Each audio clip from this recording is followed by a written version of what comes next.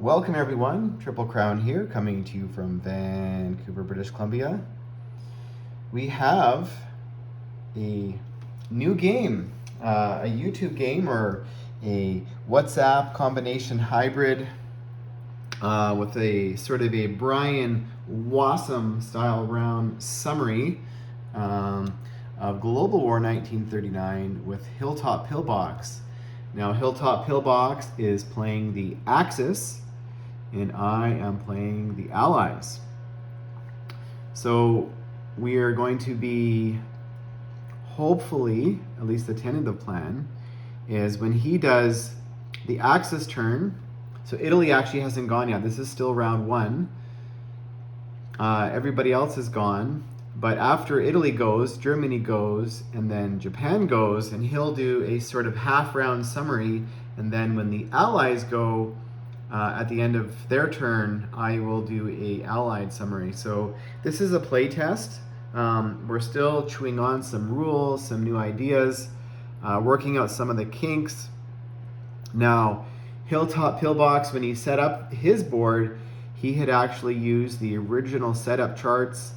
Now he has access to the new setup charts. What a nightmare that must have been to sort of figure things out.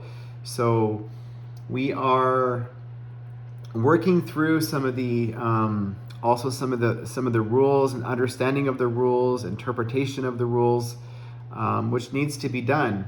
And even though Hilltop actually came up with a lot of the ideas, it was me who was doing the sort of writing, so to speak. And you know, Hilltop actually hasn't, I don't think he's played 39 since the last time we played, so it's been a while. So and it's such a complex game that, and he's playing the Axis, which in hindsight might have been a mistake for us to do that, only because the German and the Japanese turn one and turn two there's a lot going on.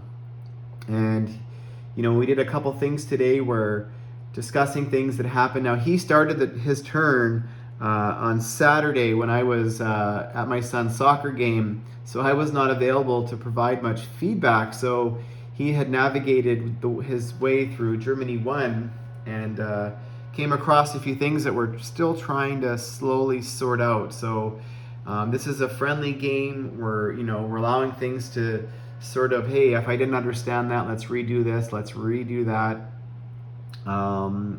But we're sort of, you know, have our ideas and how we, what strategies we want to employ. And one of the topics that came up was the use of a air transport. And an air transport can be used to transport into combat an airborne infantry, and that's one airborne infantry.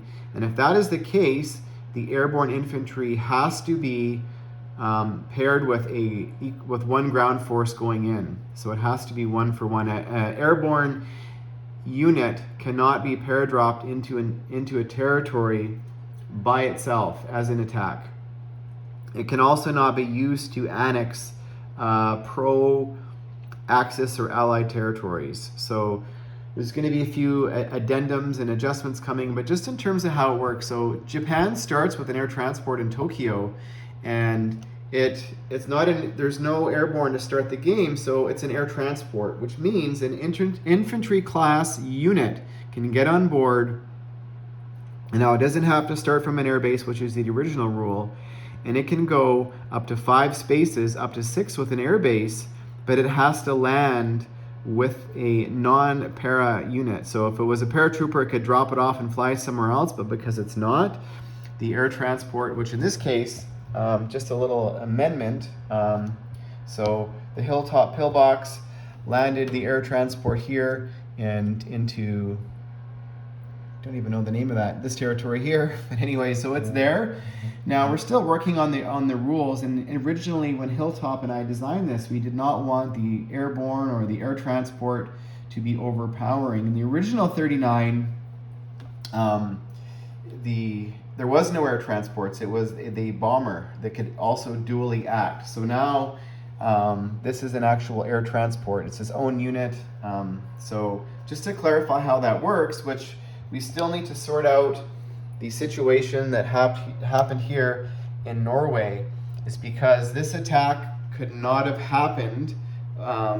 So basically, what Kurt did is he tried to pair a guy in unsupported.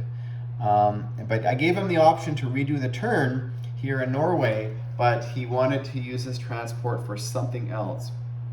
Now, when you're talking about how the German turn 1 is complicated, and it is because it's a 2-impulse attack. And if you look here, Germany's, starts the game has a transport here, and they have a couple options they can do. They can go annex Finland, which is a smart choice because you get those guys, or you can use your transport for something else. Now you have a para that's ready to go in Berlin, which Kurt is right, I didn't even know this rule. This fortification does not defend against para. However, that para has to be accompanied by another ground unit. And if he just wanted to air blitz, which means aircraft only, to kill this guy, and then the following turn walk in and capture it, he's at right to do so. But that means these ships right now are still Norwegian. They have not been rolled for yet. So I'm not sure. I'm going to give Kurt the option if he wants to, because this guy, when he rolled his defense, now fortifications do not fire at aircraft. So you'd be rolling 1 at 5 that can hit anything, and 2 at 5 for the land-based units coming in from the amphibious attack, not the para. Okay, so I'm going to give him the choice.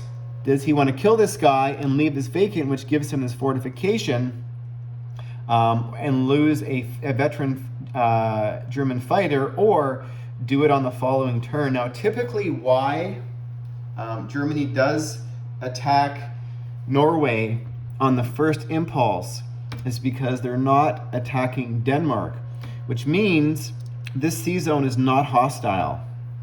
In non-hostile sea zone, a transport can come in and ignore all these Danish ships, hit Norway, do its business, and then in the following turn, they build an infantry here on their, after their first impulse, go and pick it up, and then annex Finland.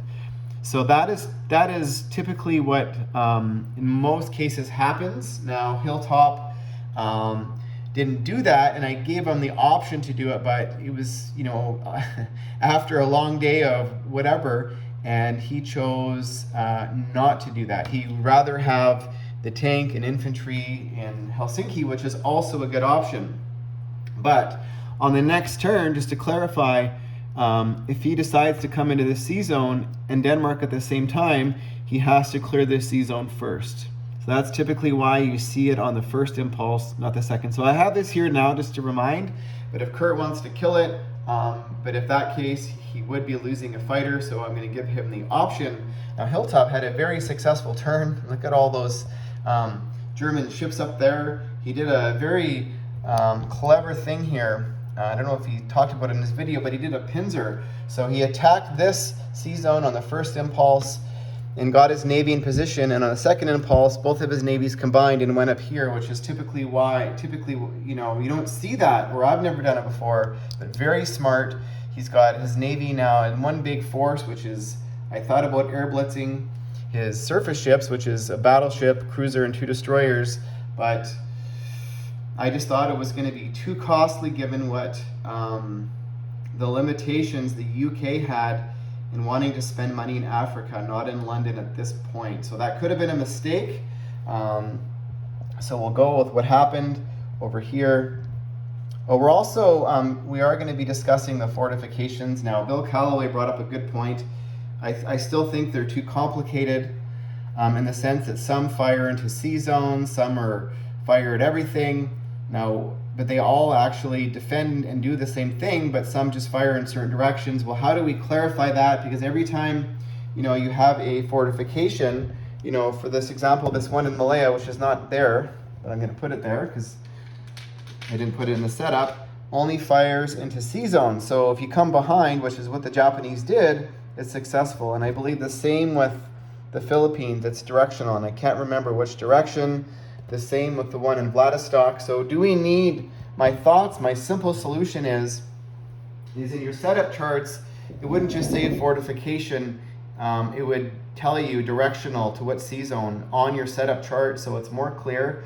But then also using a different sculpt for that purpose, so that you're able to quickly identify what it is. Okay, you can see it, and you know, Doug has these great 3D new sculpts, and maybe this is one that you know, it's the same, does the same thing, but it's directional. So if you see it on the map as opposed to this one, and you see it's pointing this direction, well, you know automatically this is attacking the C-zone. So now Hilltop is he's a wordsmith, he's very good at cleverly writing things, so we are hopefully going to be addressing that. That was a great suggestion by Bill Calloway. Thank you, Bill. And we're going to get into what happened on turn 1 for the Allies. So very lucky for the Allies to be inheriting so many Vichy boats, Free French boats. So they went into this C-zone with a Fairy Swordfish. Now Doug currently has a 3D print. I think he was out of the older version of the Fairy Swordfish. So everybody, just FYI, the new Fairy Swordfish 3D print available. I had people asking me. So anyways, there was 3 German submarines defending. We went in with 2 destroyers, a cruiser, 2 fighters, and a Fairy Swordfish with attacks at a 3. And I think it went 3 or 4 rounds, or maybe 4 rounds. Anyways, the submarines ended up scoring 2 hits, and the submarines do not fire at aircraft, so we couldn't lose the cheaper Fairy Swordfish. So we had to lose the cruiser first, so we detected the submarines, and then we lost another destroyer. So that's a trade-off, because the German subs are only $5 each, so they lost 15 IPP worth of stuff, and we lost 7 plus, so we lost a little bit more. But the problem is look at all this stuff over here that's going to be coming over to convoy. The Russian Navy is already on its way over to assist if they're not sunk before then. Good thing the Canadians have an air base here in Dartmouth, Nova Scotia to scramble. They built a couple corvettes. So the British built a corvette at the Canadian factory. They can build 1 per turn. Canada built 2. This is a Free French boat they inherited. And the Navy, the small Navy over here, is coming over here for the defense. Now this Navy desperately wanted to go help out the other Brits in the Med, but if they don't take care of this fleet now, you're going to see Convoy City in every single C-zone along here. So the Allies right now, and this is why the Battle of the Atlantic, it's real, it's happening, it's game on. And I know Hilltop likes to build subs, as they're cheap. So we're going to get that going over here in France. The French here moved 1 guy over, and they scorched these naval and air bases, so they can no longer be in use.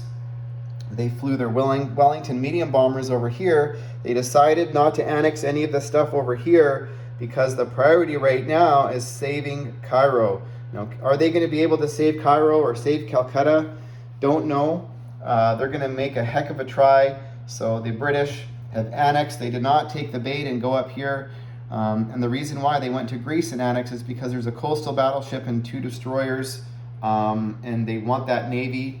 Now this is something that Hilltop does to me, and the British also brought in their navy from Madras. They built an air base so they can scramble 2 fighters, and they currently have, you know, an escort carrier, regular carrier, 2 Fairy Swordfish, a tactical bomber, and 2 fighter scramble, 2 battleships, 2 cruisers, 2 destroyers. So it's almost unit for unit. They both have about 14 units. So do the British want to come in, or on the next Italian turn? Now Italy's not at war yet. On the first turn they're neutral and the Brits can't attack them.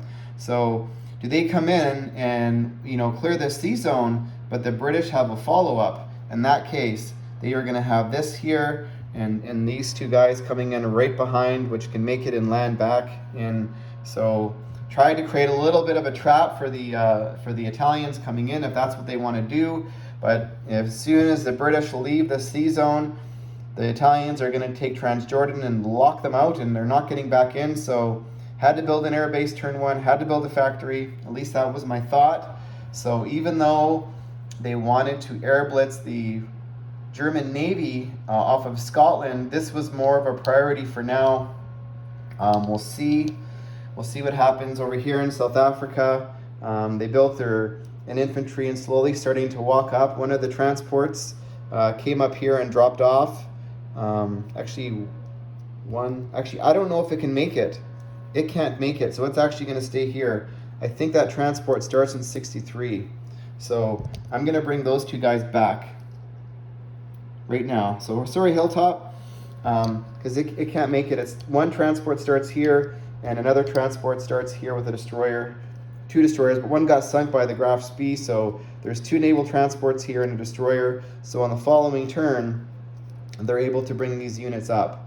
So the naval transport here came over, grabbed a guy from Madras. You can see here, got the military bases set up and dropped off in southern Iran. So just may as well grab the free money while we can, because the British, now this money does go to Britain because it's west of India, because we decided not to annex these guys. However, the Canadian and the transport off of Western Canada from a naval base did come down here. So if this somehow survives, it's loaded on the transport, it can't get off, can go 1, 2, and at least get into Brazil next turn and annex this coastal battleship and other transport. So that is the plan for the Canadians, to get a little bit of money down here.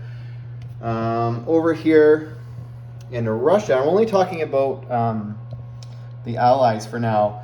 The Russians brought 3 ground units into Valkyrie in Finland here, the little proxy war going on, and they had some good dice, and they only lost 1 infantry, and they landed their entire air force here in Leningrad to scramble, and they built 5 units at the factory and brought everybody, all the fast movers up.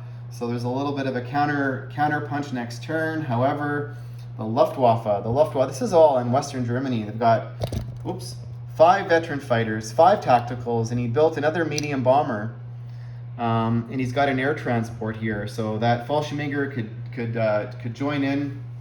And in the counterattack, you know, he's got 1, 2, 3, 4, 5, 6, 7 infantry, a tank, and a fighter, and the whole other Luftwaffe if it wants to join. And it's going to be a game of seesaw here.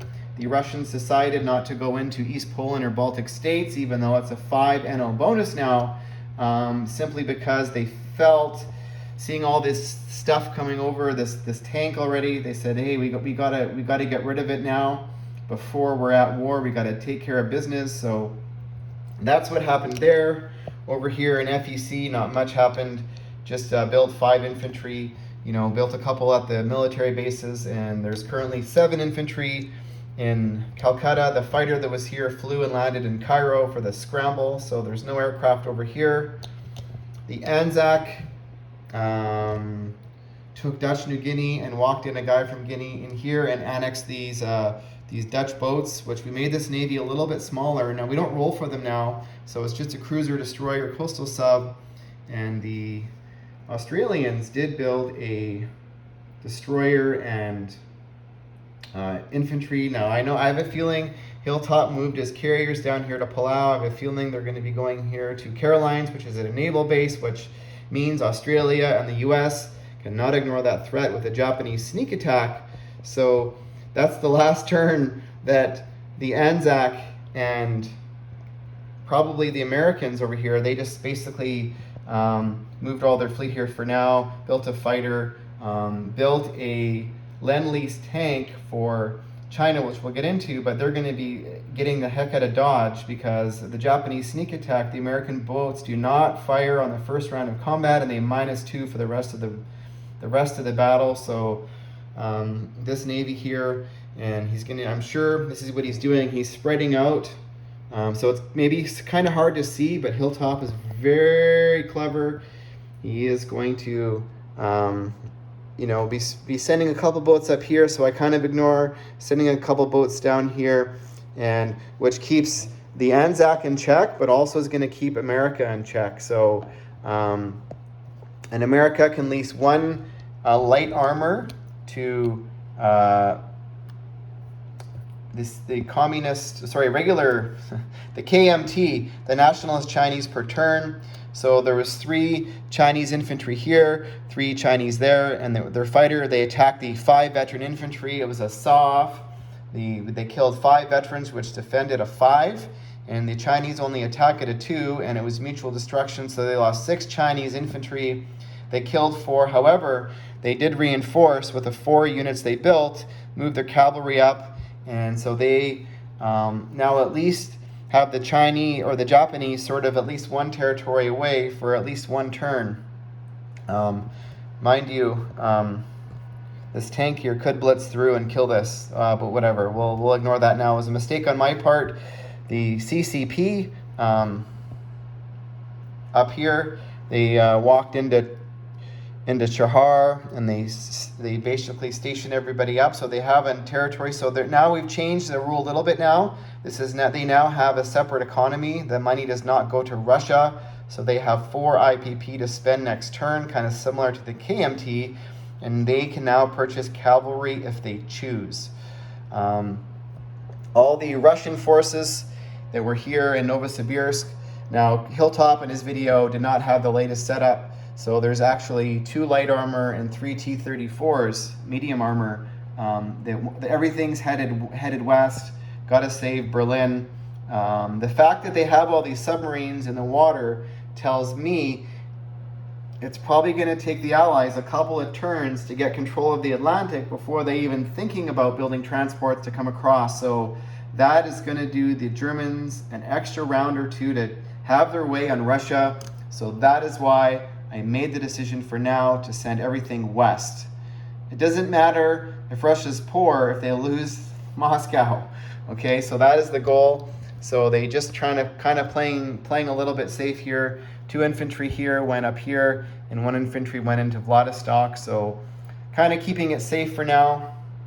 Oh yes, the FEC did annex over here down in Sumatra. So folks, that's all I got for the part round 1 summary for the Allies. Now, I just want to say that logistically playing via WhatsApp or YouTube, it's tough, folks. It's there's lots happening. You have to be very precise, and 1 infantry or 1 unit that's out of position or a clarification can change things a lot. So we apologize for the hiccups along the way. These are not going to be the only mistakes that we make. So apologize in advance. And thanks for watching, and stay tuned for Hilltop Pillbox, Italy, Germany, and Japan coming up soon.